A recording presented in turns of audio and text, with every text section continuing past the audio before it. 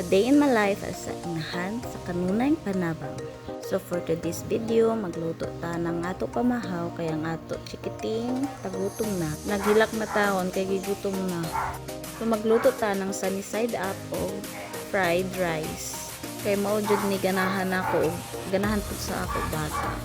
So after mag brownish ang ato garlic, ato na isunod ang ato rice. Then pagbutang sa rice, kutaw-kutaw na dayon hantod sa maluto.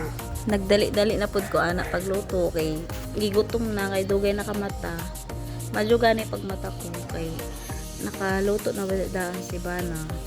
Before siya ni duty sa work, nagluto na badaan siya ng pagkaon namo. Then sudan na kaya ako lutuon para kay baby. Nadugay to pagmata labi na tignaw ang panahon kagana pa iligid-ligid. So after anak kutaw-kutaw, then haon na kay mga una dayon ta. So kay luto naman, itadakimasu. So kay gigutom naman ang ako bata, tuwa nagkuha na siya ng itlog. Madyo gani ning ako baby karon kay kaon na siya ng kanon kay sa una na nagngipon siya, dili siya gud mukaon ng kanon. Puro sa dudo.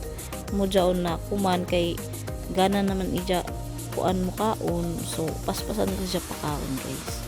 Kay once magnipong sa siya di gud siya ganahan mukaon maskin lami pa sudan kay sakit siguro sa gums na punto sa magnipon inin mga bata kay magniwang dajon kay nan ako maniwang gud dajon siya pagdali.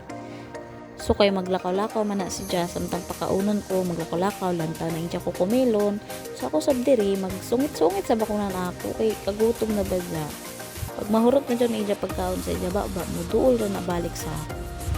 So na timing sab na duha ako naluto na sunny side up kay nakauli ako ba nagikan sa work. Mauto naka-ready naman ng foods. So, igura kan siya kaon din iya na nang isa ka sunny side up. So after na mo kaon mao na ang amo kinan-an hurot na taon ang fried rice o sunny side up Korea bujag. Tas ang amo baby sige lang taw sa ija papataw naa sa gawas lukso-lukso. So after ana istambay na mi sa diskanso kay mag-sort na nako pare. So maura to guys. Salamat.